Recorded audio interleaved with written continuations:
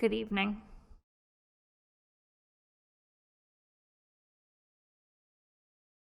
I'm Jessica Doonan, the manager of accessibility here at the Museum of Fine Arts, Boston. Unfortunately, this year we're unable to host ASL Night in person, but I'm thrilled that we can host this virtually.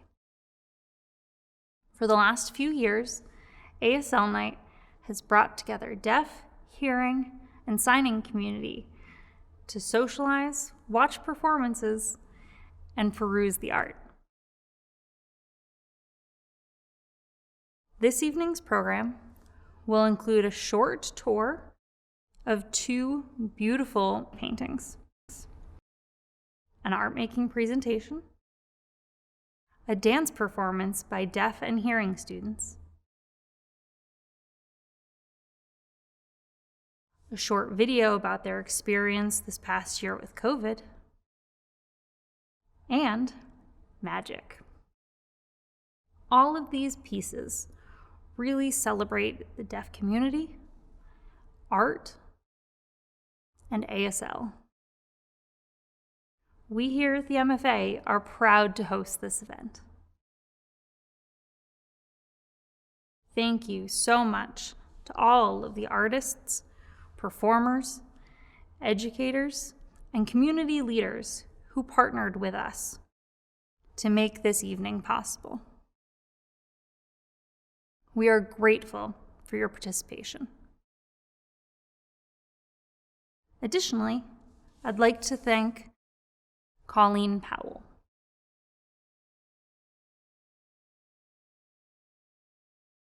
Colleen works for MFS Investment Management, the financial sponsor for this evening. Thank you to Colleen, and thank you to MFS. Now, let's begin our rent. Enjoy.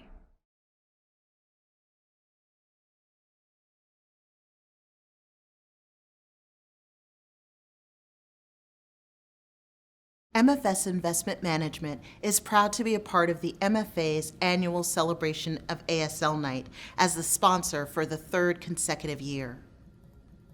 We are glad that we can still honor deaf culture and celebrate Deaf History Month, even though we are unable to gather in large groups. Sponsoring ASL Night and partnering with the MFA is meaningful to MFS. We think it's important to provide outreach to each community and accessibility to all. We want to thank the participating artists and programming partners for sharing their creativity with us this night. This program is a testament to the strength and resiliency of Boston and our organizations. I also want to thank the MFA for finding new ways to build community and gather people remotely during the pandemic.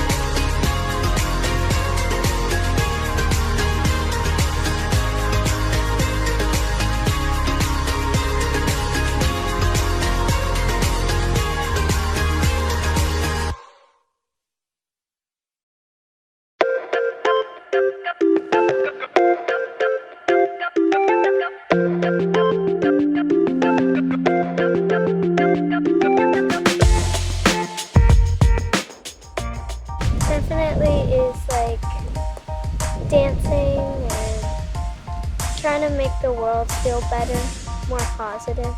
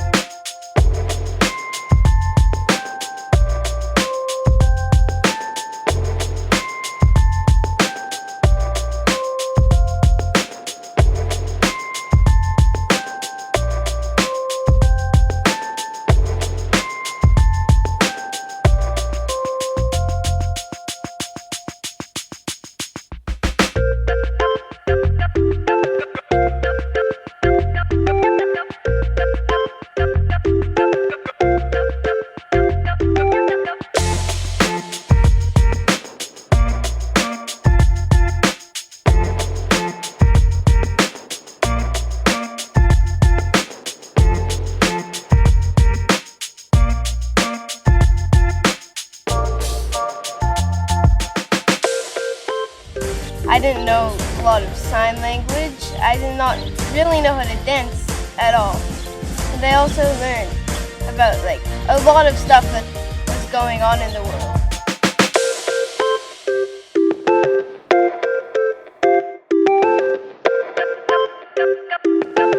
Hearing people, I noticed before they even came, they didn't really know a lot about sign language. And then we started teaching them, they got better, we got better at dancing, and then we got comfortable, we just match in.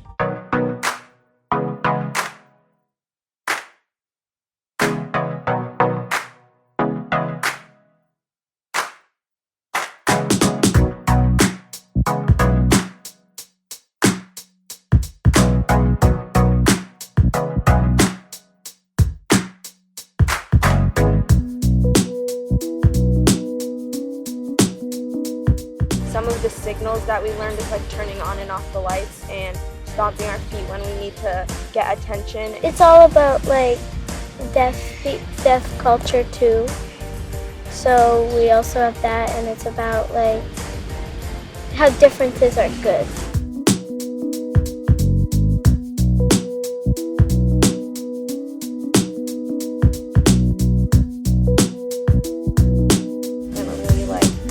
Environment just to be in a different one. It definitely just shows a different perspective from other people. It makes me feel like I can hang out with people that I usually don't talk to.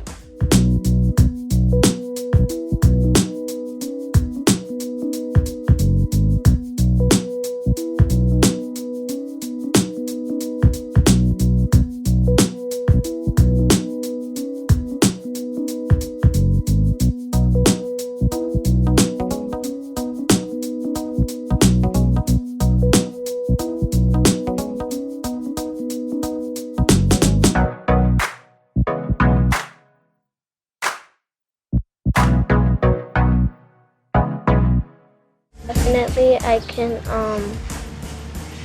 dance and spread emotions to the world.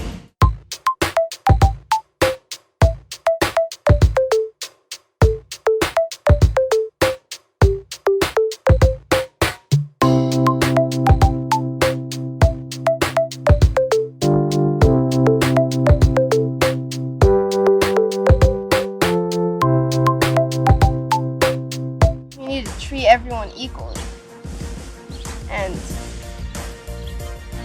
always, even if you feel uncomfortable with it, you should always at least try it a tiny bit, or just one.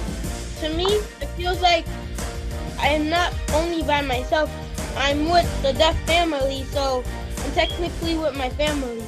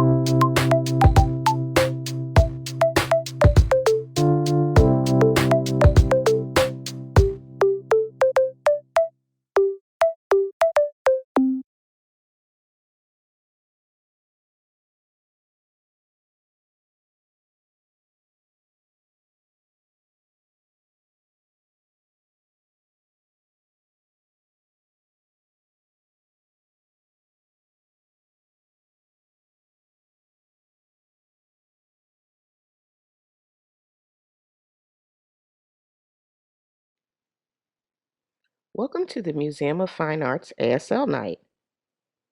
I'm so excited to be here. I'm Takiyah Harris, Taki for short, and this is my sign name, TK on the cheek. I am a haptic artist, and today I would like to talk about social justice. When we see the landscape of injustice and all the awful ways injustice exists today, we have an opportunity as artists to use our art as commentary, and here's an example. You'll notice I used a tilted crown, which is a hallmark of the artist Jean-Michel Basquiat. And I will use his initials as his name sign, JMB. Okay, so now I would like to elaborate on social justice. How is social justice expressed through art? And what might that process look like? What you observe and what you experience can inspire different ideas and inform your artistic vision related to social justice. You could begin by picking a topic such as overcoming struggles, particularly those related to Black Lives Matter, social oppression, voting, various topics related to America, and cultural icons such as Basquiat.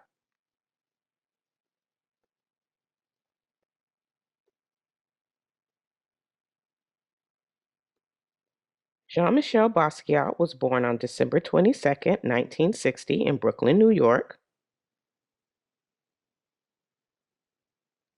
Unfortunately, he passed away on August 12th, 1988 in New York City.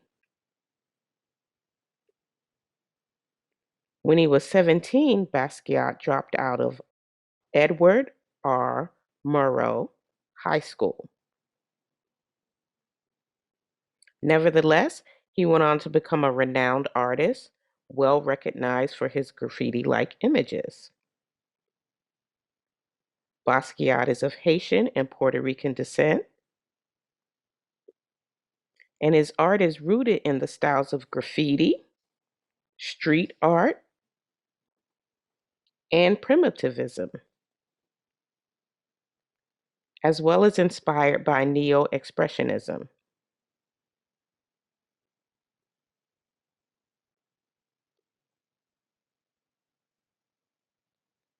His work is also inspired by other artists such as Andy Warhol, Pablo Picasso, Robert Rauschenberg, and Jean Dubuffet.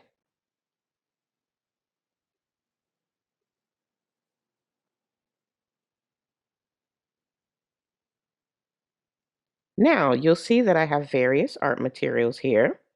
I have some construction paper, some felt, various colors of paint, different size paint brushes,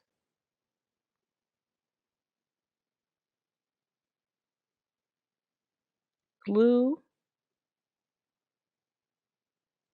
Now this is school glue, but some people may prefer a different kind of glue like these others that I've brought. Mod Podge or tacky glue.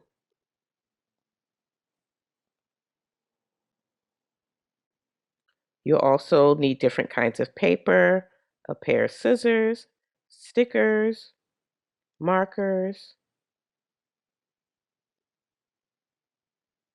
beads,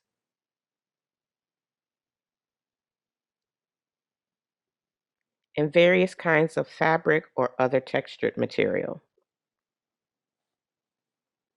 Okay, now I want to focus on the art elements and principles of the artistic process. Really, I'm very flexible when it comes to art. I don't perfectly follow or restrict myself to any hard and fast rule. However, it is important to think about artistic elements such as line, shape, contour, texture, color, and contrast. It's important to incorporate these elements into your process. Personally, I like my art to have various layers where I overlay various shapes and lines. Okay, let's begin. The first part of the process is to do some abstract painting on our canvas. Grab your paints and you can pick any color you like.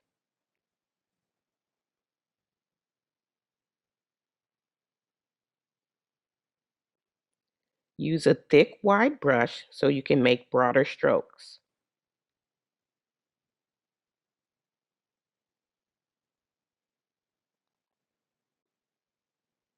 I will create strokes in a crosshatch pattern.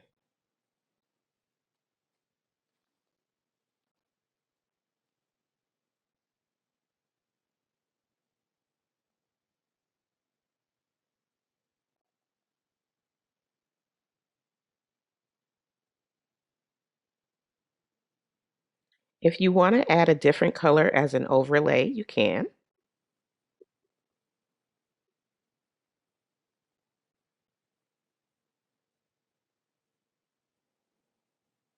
Okay, let's allow this to dry for a bit and we'll move on to the next part of the process. Now we will focus on creating the face. I'm going to give you a tip because some people feel like they are not really good at drawing or creating faces. So here's a tip, and I'll show you an example. Take your paper, and again, this is a trick for creating a face, a cutout of a face, which you'll make by folding your paper in half. Take a marker or a pencil, and you're going to draw an outline of a face. The upper part, the ear, and the lower part. The outline of the half of the face you can see here. Now keep the paper folded and cut along your outline.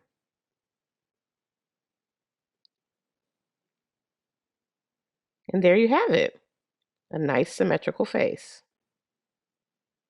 And here's another example. Now I will begin to overlay.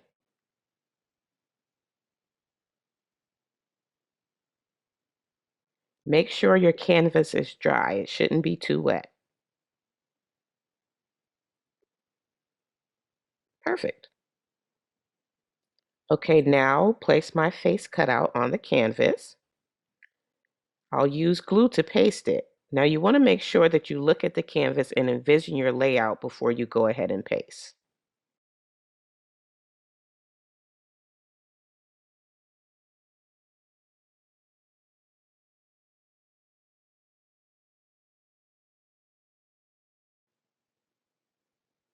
Now we can add an overlay of clothing. I will use this textured material for the clothes.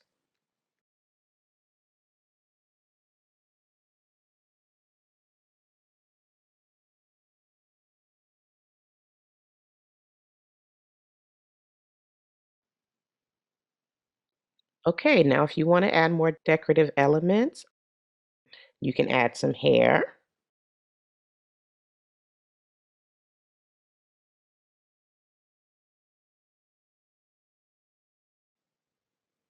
I suggest you use hot glue for this part of the process because regular glue isn't effective with this type of material, particularly dense fabric like what I'm using today.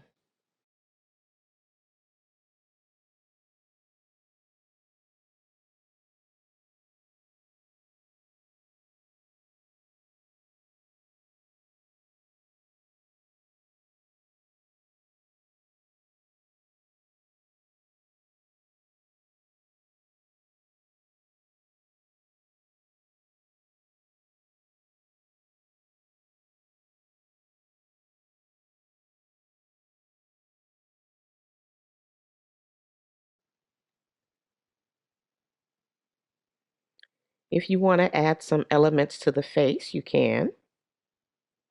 I'm going to keep it simple and add some earrings, but you can choose to add whatever you like.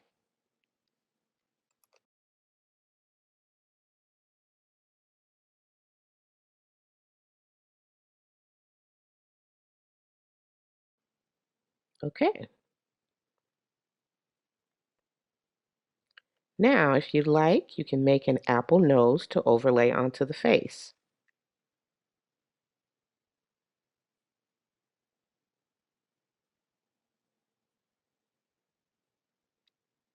I'm going to grab a piece of red felt because it's nice and soft.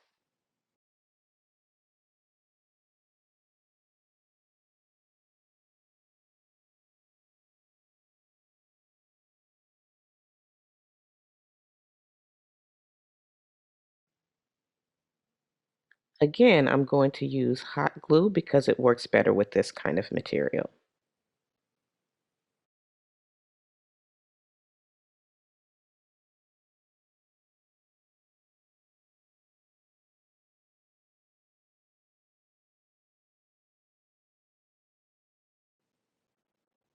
Now, if you want to add an eye or add different materials along the side of the canvas, you can do that. I'm going to go ahead and add a tilted crown.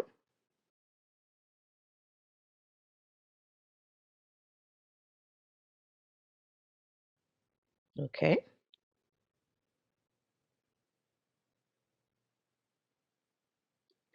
I'm going to use small pom-poms for the tines of the crown.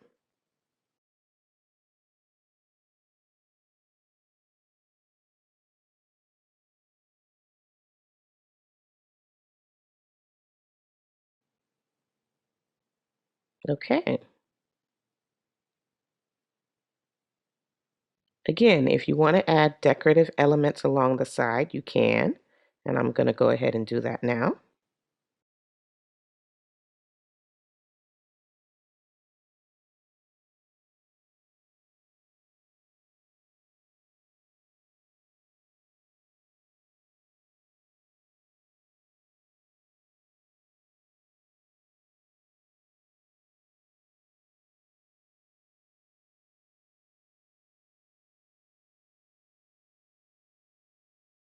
Wow, I realized that the green shapes I just added remind me of the tops of trees. So I'm going to go with it and include that concept of nature.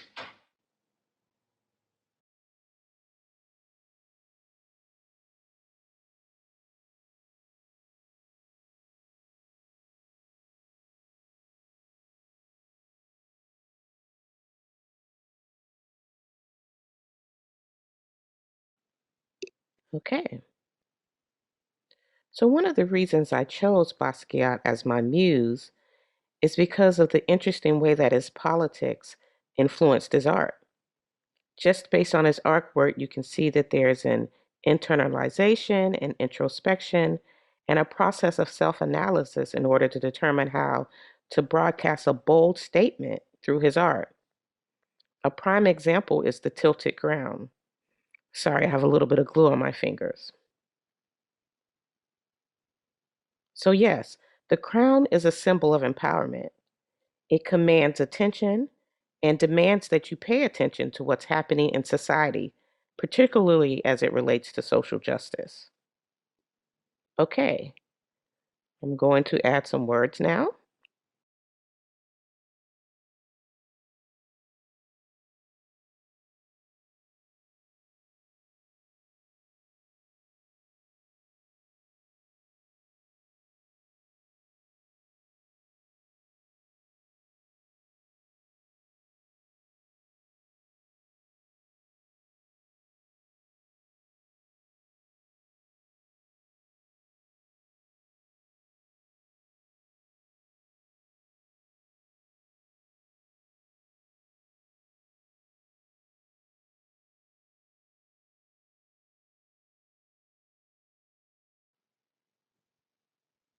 Okay,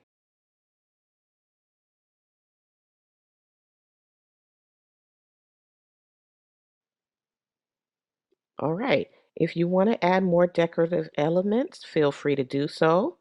I'm going to add my finishing touches, the eye, and the grass.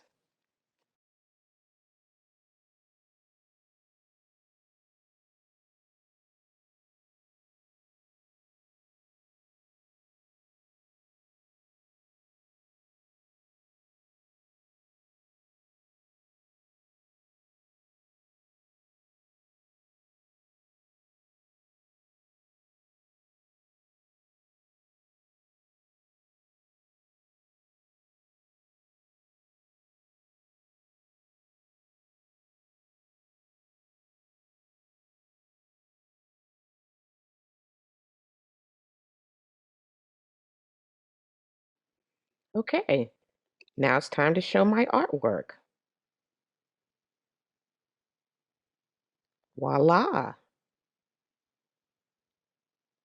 I chose to depict a woman as a representation of the feminist movement and women's rights, as well as BLM, and all the various aspects of social justice. You can see for this other piece, I chose a young boy. Both are artistic expressions of social justice. Enjoy your night.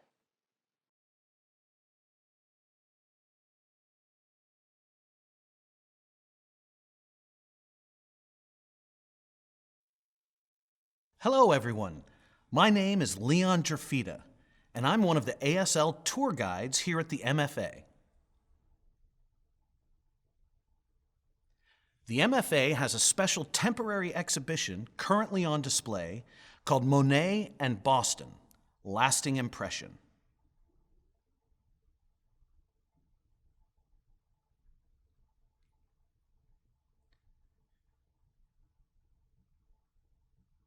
I'm going to share a little bit about Monet and then discuss two paintings of his that I love.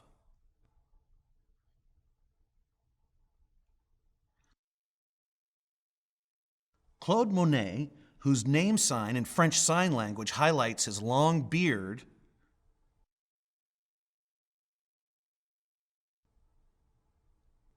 was born in 1840 and died in 1926.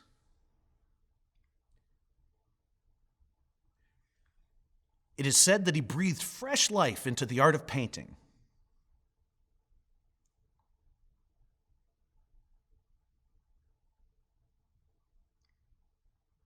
With a bold vision and radical approach that included a vibrant palette and visible brushwork, he proposed a new way of seeing and depicting the world.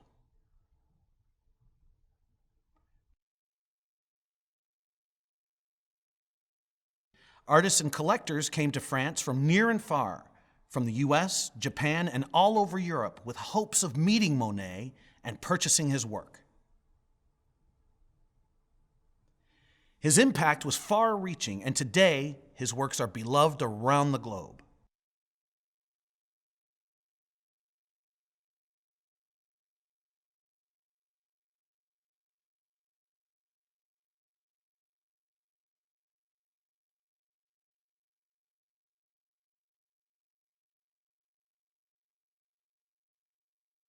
Since the late 19th century, Boston has been a center for the collecting and appreciation of Monet's paintings.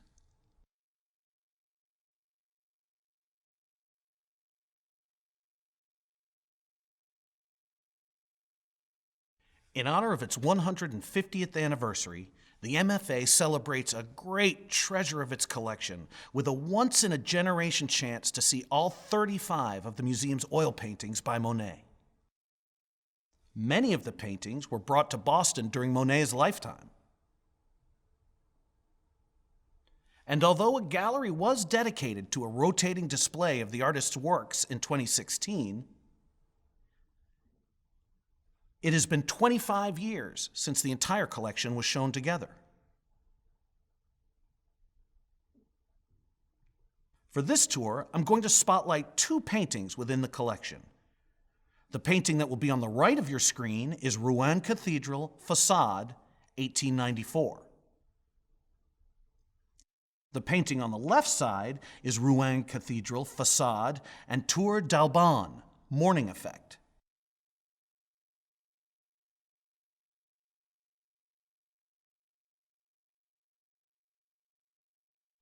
For this presentation, I will be borrowing the signs for Rouen and Cathedral and some unique phrasing from French Sign Language.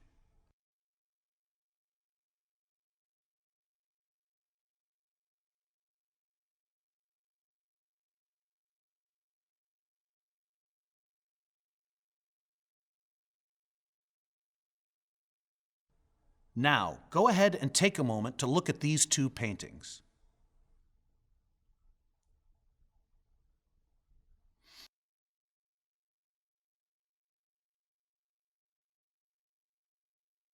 What do you notice about the similarities and the differences between the two images? The two pictures are of the same subject, but they're vastly different. In Rouen Cathedral Facade and Tour d'Alban Morning Effect, we see the colors of early morning, pink and purple, as well as the blues of the night.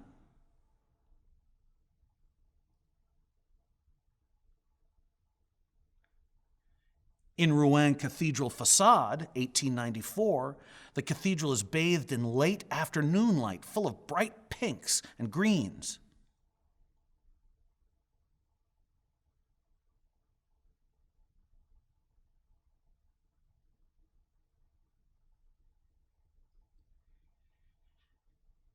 In 1892, from a room facing the cathedral across the square, Monet painted multiple variations of the Rouen Cathedral's facade.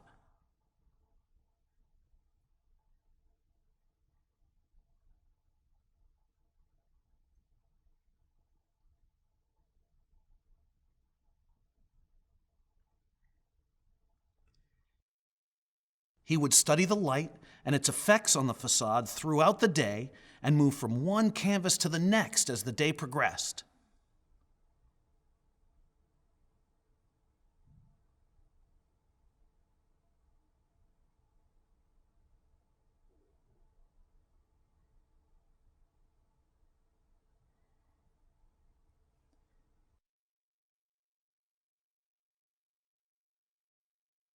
He didn't always find it easy.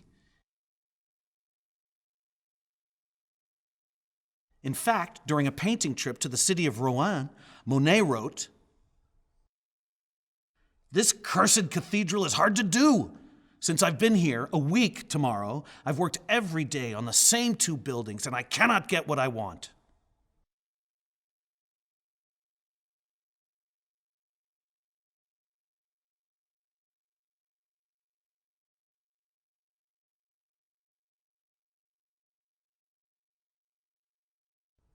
He painted 30 images of the facade altogether in great detail, and then added the finishing touches to each of them when he was back home in Giverny.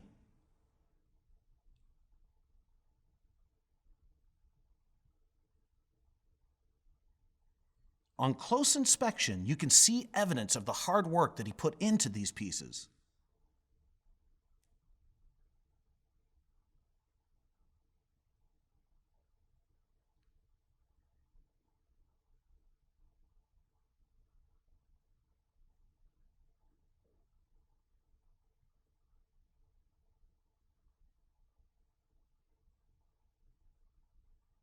The paint is thickly layered, starting with neutral colors, and it gives the impression of a weathered stone absorbing the reflecting light.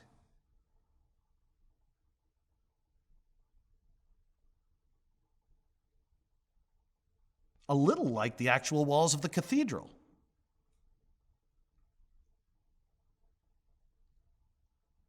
So, what happened to the series of paintings of Rouen Cathedral Facade? What did people think of them? 20 of the images were displayed at his dealer's gallery in May 1895.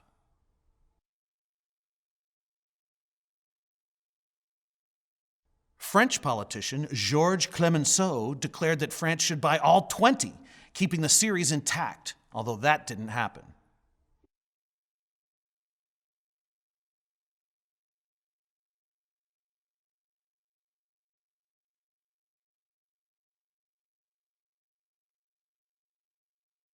Two of the paintings of the facade of Rouen Cathedral ended up here, in Boston.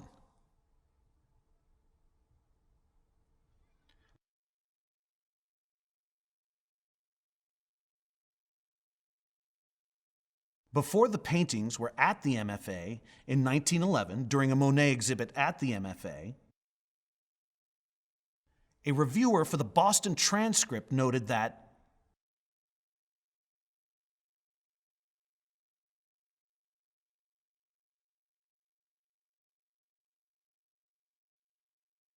almost every one of Monet's various series of subjects is represented, with the exception of the Rouen Cathedral.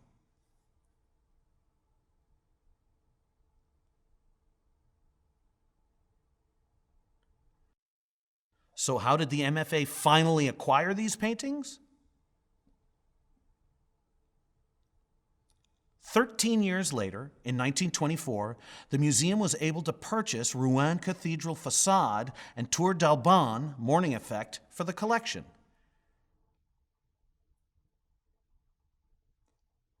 Rouen Cathedral facade, 1894, was originally owned by Juliana Cheney Edwards, a socialite here in Boston.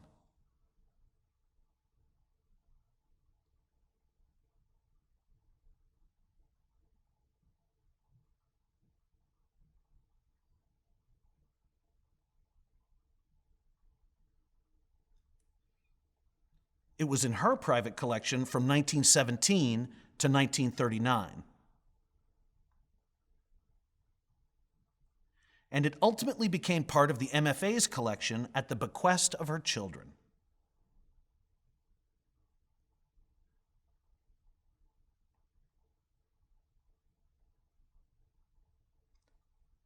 I chose these paintings because I think it's amazing that they're both of the same spot, and yet they each look so different.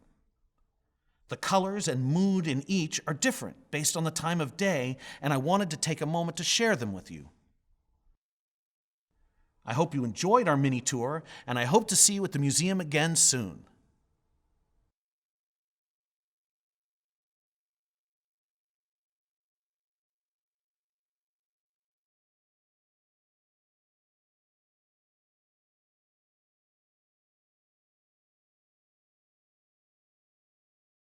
Hello there, it's me, Steve Weiner, and we're here at Boston's Museum of Fine Arts, taking a look at some very exciting exhibits.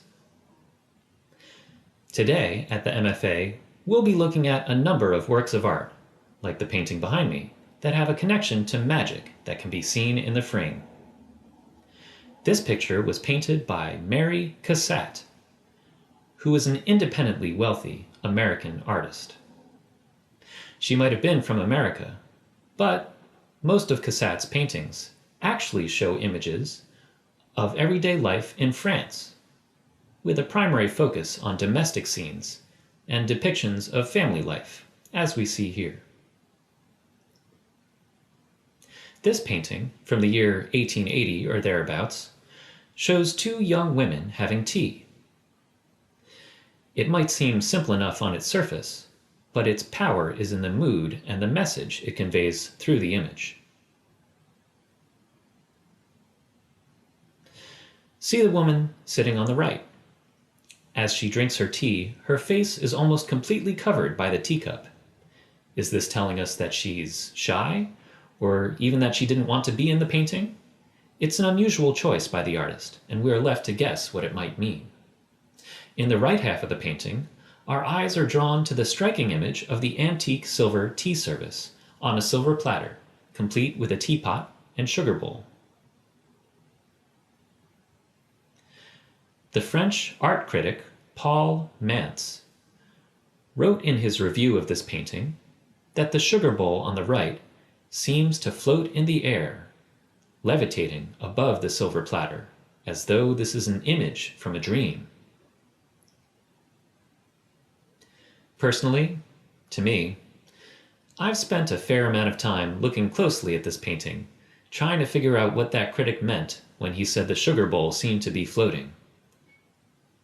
But, to be honest, I just can't see it. I guess that means you better come to the MFA and see it in person for yourself. But, as long as I'm here, I have an even better floating illusion to show you. Hang on a moment.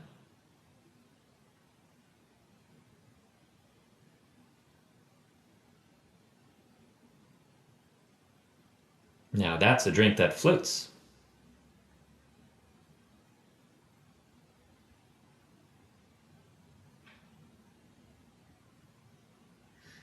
This isn't tea, but water does the trick just fine.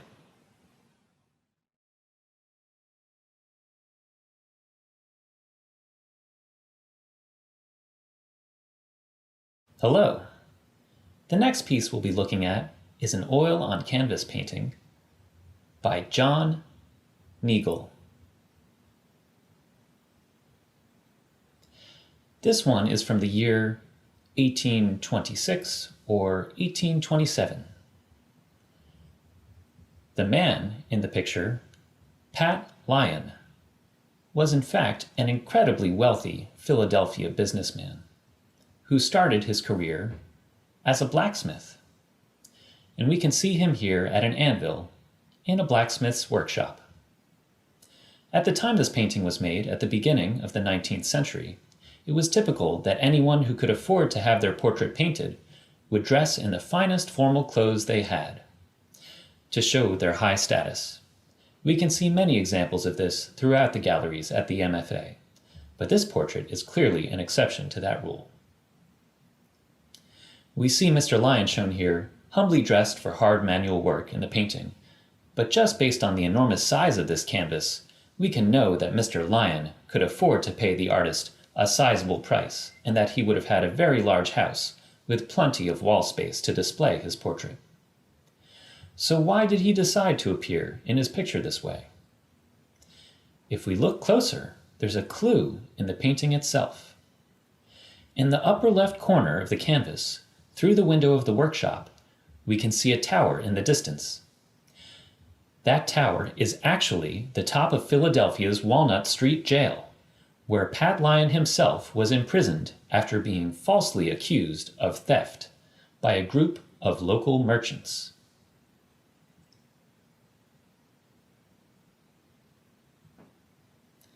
So, the portrait as a whole, with Lyons showing off his working-class roots, can really be seen as a way for Lyons to thumb his nose at his rivals, the local wealthy elite, who would not have expected a blacksmith to succeed so far beyond his humble beginnings.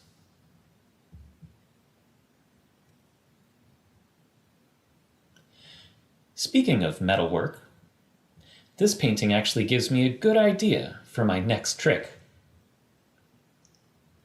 I have here with me a metal chain, like one that might have come from Pat Lyon's workshop.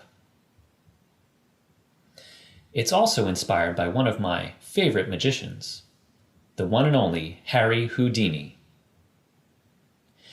In his magic performances, Houdini was famous for freeing himself from chains and handcuffs on stage.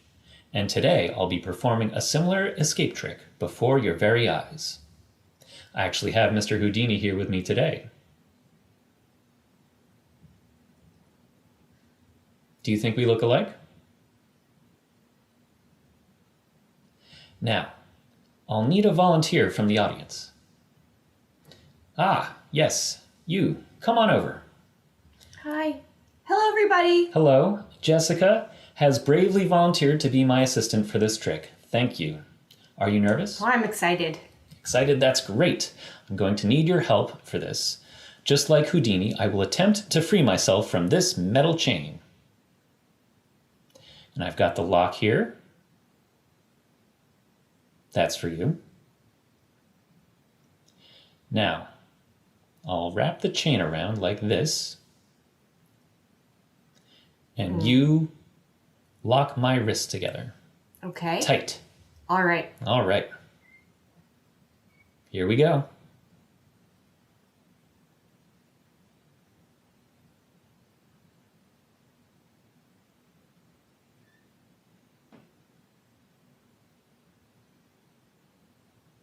All right. There. Okay, it's locked. Pretty tight? Mm-hmm. Here we go. Oh. Oh my. What do we do? It's stuck. Oh, hooray! Look, it's on just the one wrist. What? See? Wait, what? The What chain's still on happened? there. What? Oh wow. Oh, See? it's tight. It's still on. Why are you laughing? Oh, again. Look again. I'm here in chains and you're making fun of me. You did it. And in front of Mr. Lyons, too. What do you think of that, Mr. What Lyons? happened? Look, you did it. How rude can you get? But, huh? Well, would you look at that? Oh my. Just like the great Houdini. Hooray. Thank you. Ta-da. Thank you, Jessica.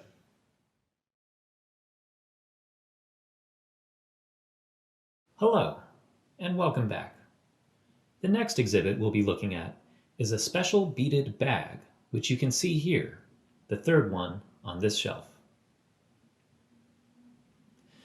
This bag was made sometime in the 1800s, before 1825, in the northeast part of the country, not too far from Niagara Falls, in Seneca, New York, which was French territory at the time.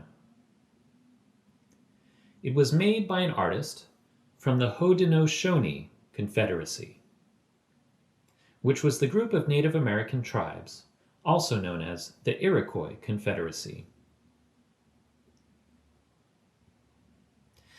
When this bag was made in the first quarter of the 19th century, this style of Native American beadwork was very popular, and many such bags were made and sold across the region. Eventually, a few of them were added to the collection here. A common motif in this style of beading is the six-sided hexagonal shape, as we can see in this display.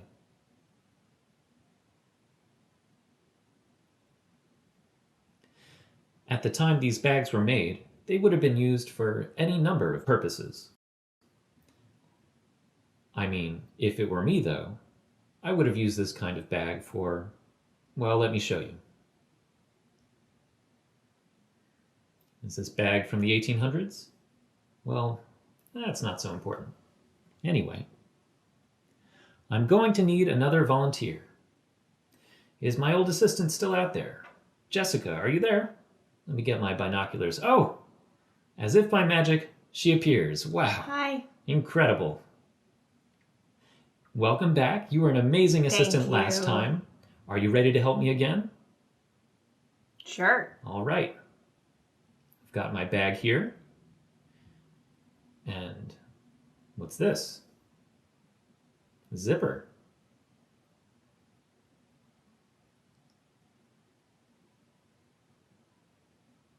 Hello. All my love to the audience at home and you, Jessica. Okay, now the zipper is zipped. And we have here some golden beads.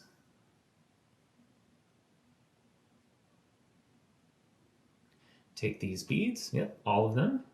Go right ahead. And pour them into the bag so the audience can see. Okay. The beads are in the bag. See?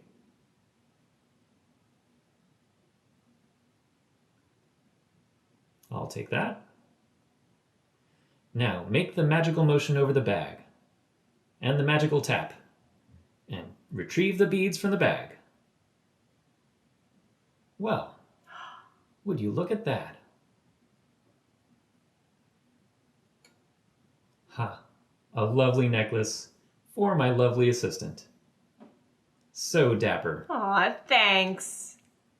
Thank you. Hooray!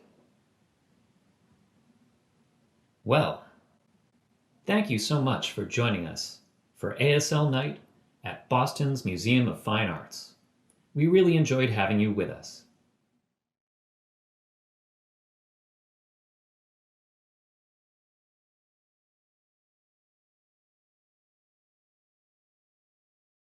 Wow. That was great, right? Hopefully you all enjoyed this evening, and hopefully we will see you all soon here in person at the MFA. Stay safe, and we'll see you soon.